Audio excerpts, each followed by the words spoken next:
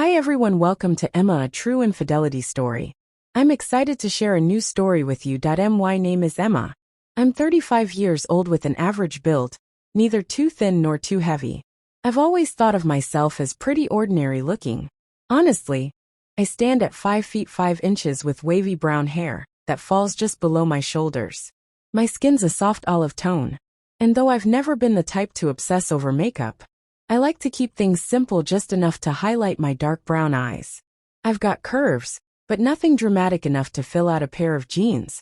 But I've never turned heads when I walk into a room. I'm not glamorous, not the kind of woman who lights up a room with her presence. Me, just me. And for the longest time I thought that was enough, thought I was enough. Life had always felt stable, not extraordinary, not terrible, just steady. I've been married to Jack for 8 years now. He's the kind of man you'd call dependable, strong jawline, kind eyes, always quick with a laugh. We met in our mid-20s back when life felt simpler, and the future looked like this big open road. We'd walk together. We built this life, this home with love, trust, and years of shared moments that shaped us, at least I thought we did. Our house is small but cozy, 3 bedrooms, a kitchen that smells like coffee most mornings, and a living room that's perpetually scattered with our beautiful dog, Luna Toys. She's a German Shepherd, 4 years old, and honestly, she's more like my shadow than just a pet. Always at my side, her tail wagging at the slightest hint of attention. If I'm being honest, she's been my rock on days when Jack and I would argue over little things. You know, the usual stuff. Bills, who forgot to take out the trash, why he's always glued to his phone lately. Nothing that ever felt serious until it did. Looking back, there were signs. Little things that didn't sit right. But I brushed them off, convincing myself I was overthinking. I've always been good at that, convincing myself everything's fine, until Luna started acting strange. That's when the cracks I'd been ignoring began to widen, and the life I thought I knew started slipping away. It started late one night. The house was quiet, the kind of quiet that hums in your ears when the world has gone to sleep. Jack was in bed scrolling on his phone like always, and I was trying to finish up some laundry before joining him. Luna was pacing, her paws soft against the hardwood floor. At first I thought she just wanted to go outside, so I opened the back door and let her into the yard. But she didn't move. She just stood there, staring at me with thesis. Look in her eyes, like she was trying to tell me something. "Luna, what is it?" "Girl," I whispered, crouching down to her level. She whimpered, her tail tucked low, and nudged her nose against my hand. It wasn't like her. She was always so upbeat, so playful. My stomach twisted, but I didn't know why. That night I couldn't shake the feeling that something wasn't right. It wasn't just Luna. It was everything: the way Jack had been distant lately, the way his laughter didn't quite reach his eyes anymore, the way he'd started spending more nights working late, or stepping outside to take phone calls. He said, "Work, just work stuff." I told myself I was imagining things I had to be, but the doubt was there. A tiny seed planted deep in my mind, and Luna's strange behavior watered it in ways I couldn't ignore. I didn't sleep much. That night I lay in bed staring at the ceiling, listening to Jack's even breathing beside me, and wondering why it suddenly felt like I didn't know the man I'd married. The next few days felt heavy, like I was carrying around this invisible weight that wouldn't let up. Luna's strange behavior didn't stop. She kept pacing in the evenings, her eyes darting toward the front door like she was waiting for someone or something. It was driving me crazy. Every time I tried to settle her down, she'd whimper softly and nudge me like she was begging me to understand. Jack didn't seem to notice, or maybe he did, and he just didn't care to say anything. He'd been glued to his phone more than usual, scrolling, typing, then locking the screen when I'd glance his way. I told myself it was work. He'd been saying for months that things were stressful at the office, but there was a shift in him. I couldn't quite put my finger on the way he'd look at me sometimes, like he was seeing right through me, or the way he'd brush past my questions with vague answers. Always too busy or too tired to talk. One evening, after another restless night, with Luna pacing around the living room, I decided to ask him directly, "Jack, is everything okay? You've been distant." I tried to keep my voice calm, but I could feel the tension rising in my C********T. He looked up from his phone, his expression guarded. "What do you mean? You don't seem like yourself lately." Are you stressed about work? Or is it something else? He sighed, setting his phone down on the coffee table. It's just work. I've told you that you're reading too much into it. But his tone was clipped defensive, and it only made my doubts grow. Luna, who had been lying at my feet, suddenly sat up and let out a low whine. Her ears perked toward Jack. He glanced at her, then back at me, and for a brief moment I thought I saw something flicker in his eyes. Guilt maybe. But he shook his head and stood up. I'm going to bed, he muttered. I sat there for a long time after he left, staring at the spot where his phone had been, the warmth of Luna's head resting on my lap, keeping me grounded. My heart was pounding, my mind racing with questions I didn't want to ask. Was I being paranoid? Or was there something going on that he wasn't telling me? The next morning I tried to brush it all off. I told myself I was overthinking, that I was just tired. But Luna wouldn't let it go. She kept pacing by the front door, her eyes fixed on the handle like she was waiting for it to turn. It was strange enough that I started paying more attention, watching her movements, trying to figure out what she was so fixated on. That night after Jack had gone to bed, I decided to stay up with Luna and see what she was reacting to. I turned off all the lights and sat on the couch watching her as she paced back and forth. Around midnight she froze, her ears parking up as she stared at the front door. My heart started to race. I couldn't hear anything, but Luna was locked in, her body tense like she was ready to pounce. I crept closer to the door, my breath shallow, trying to stay as quiet as possible. Luna let out a soft growl, her eyes never leaving the door.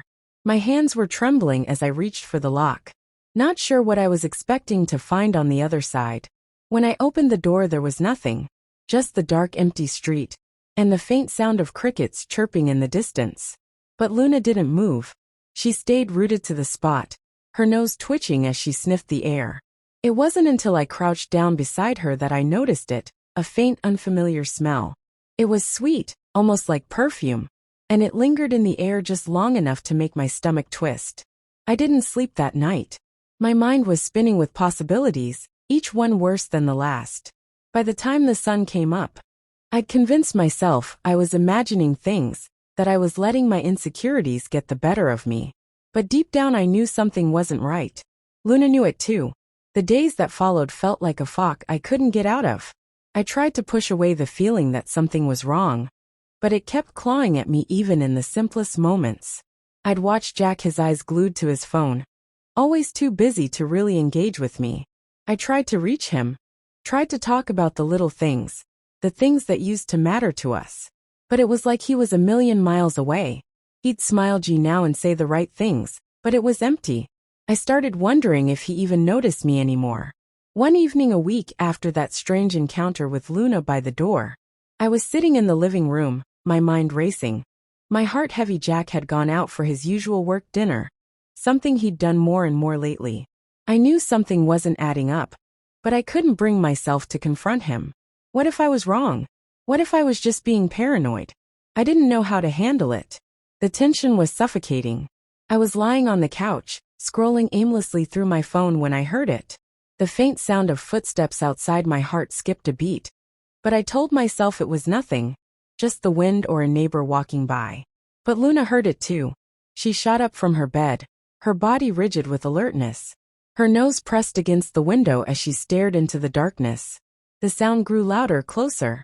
I could feel my pulse quicken, the ear thick with anticipation. Luna's growl echoed in the silence of the room. My breath hitched as I slowly moved to the window, my hands shaking as I peered outside. There was nothing, just the shadows jaxing in the streetlight.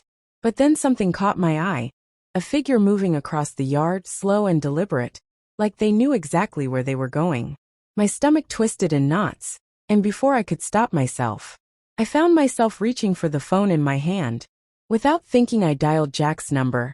It rang and rang, my heart racing with every passing second. The figure was getting closer now, their face hidden in the darkness, but I could see their outline, tall, slender, moving with purpose. My mind screamed, but I didn't know what to do. Finally, Jack picked up. What's wrong? His voice was sharp, laced with annoyance. I could hear the clicking of silverware in the background, the muffled sound of voices. He was at that damn dinner again, Jack. I whispered, trying to steady my breath. There's someone outside. I don't know who they are. But they. I stopped myself realizing how crazy it all sounded. Stop freaking out, he snapped, it's probably nothing. Just go lock the door and relax, but I couldn't relax. Something inside me broke at his words. I didn't feel safe anymore. I didn't feel seen, Jack. I need you to come home. I said, the desperation in my voice, so clear it made me sick to hear it. There was a long pause on the other end of the line. When he finally spoke again, his tone was cold. I can't. I'm with clients, call the cops. If you're that scared, and with that he hung up. I stood there, staring at the phone in my hand, feeling the weight of his dismissal settle in my C*******T. This wasn't just about the figure outside. It was about everything that had led up to this moment. The distance between us, the unspoken words, the loneliness I tried to ignore for so long. And then in that moment of raw vulnerability, I heard it again. The unmistakable sound of footsteps, now coming closer to the door. I wasn't imagining it. This time I didn't hesitate. I grabbed my coat and pulled it on, my heart thudding in my ears as I stepped outside into the cold night air, ready to confront whatever or whoever was haunting me. When I opened the door, the figure was there, and it wasn't just anyone. It was someone I knew. Someone who had no business being in my yard at my doorstep at this time of night. Was a woman. I froze. She was standing there in the dim light, her face shadowed but unmistakable. I knew her. How could I not? It was Sarah, Jack's coworker. The one he had always spoken so highly of, the one he'd invited over to work on projects late at night. When I was out of town for business, she had this air about her, polished, confident, and always just a little too close to Jack in photos. He'd shared the chill of the night. Air didn't even register as I stood there staring at her. My mind was screaming, but my body wouldn't move. I wanted to ask her why she was here, what she was doing on my doorstep at this hour, but the words wouldn't come. It was like I was watching this nightmare unfold, but I couldn't stop it. She tilted her head slightly, almost in recognition, as if she knew exactly how this moment would play out. Hi, Sophia, she said, her voice smooth, too smooth, like she had been waiting for this confrontation. I know this might seem strange, but I think we need to talk. My blood was pounding in my ears, and every part of me screamed to slam the door in her face. But something inside me, something I couldn't ignore, pushed me to stay. I had to hear her out. I had to know. I took a step forward, my voice shaky but firm. What do you want? Why are you here? She let out a soft sigh, her eyes darting to the ground for just a moment before meeting mine again. I never wanted this to happen, she said, almost like she was apologizing for something she wasn't sorry for. But I think you deserve to know the truth. I felt my C******T tighten as she spoke every word, cutting deeper the truth about what my voice was barely above a whisper. But I could hear the desperation in it. I needed her to say it. I needed to hear the words, even if I didn't want to. She shifted her weight, a small nervous laugh, escaping her lips, about Jack and me. There was the truth as she saw it. My stomach churned and I took a step back, the shock and disbelief almost too much to bear. No, I whispered, shaking my head. No, you're lying. This isn't real. She reached out her hand, stopping just short of touching my arm. I wish it were a lie, she said, her voice softer now, but it's not. He's been seeing me for months. Sophia, I'm the reason he's been distant. I never meant for it to go this far, but we've been together. He's been lying to you. I couldn't breathe. The words were swirling around me, but they didn't make sense. They didn't belong in my world. How had I missed it? How had I been so blind? Before I could gather my thoughts, Luna barked loudly behind me, snapping me out of the haze. I turned half, expecting Jack to appear out of nowhere. But no, he was still gone. Still with clients. The sound of Luna's barking felt like the only thing keeping me tethered to reality. Please, Sarah said, her voice soft, almost pleading. I didn't want to hurt you. I thought you deserved to know the truth before things went any further. I looked at her, her face soft with guilt, or maybe it was just pity. But in that moment I realized something. The hurt I felt wasn't just about the betrayal. It was about everything else. I had ignored the signs, the late nights, the empty conversations. It was about the years of pretending that everything was fine. When it wasn't, I was done pretending, done denying. I couldn't let this continue. I had to confront Jack, face the truth head on, no matter how painful it was. I think you should leave, I said, my voice steady, now stronger than I felt. And when Jack gets home, I'll deal with him. She nodded, almost relieved, and took a step back. I understand, I just wanted you to know. Sophia. That's all. As she walked away, I closed the door behind me, leaning against it for support. I didn't know what was next, what I was going to do. All I knew was that I couldn't keep living this lie.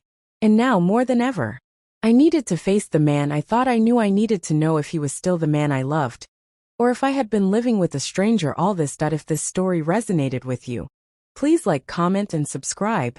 Your support helps us craft more engaging stories for you.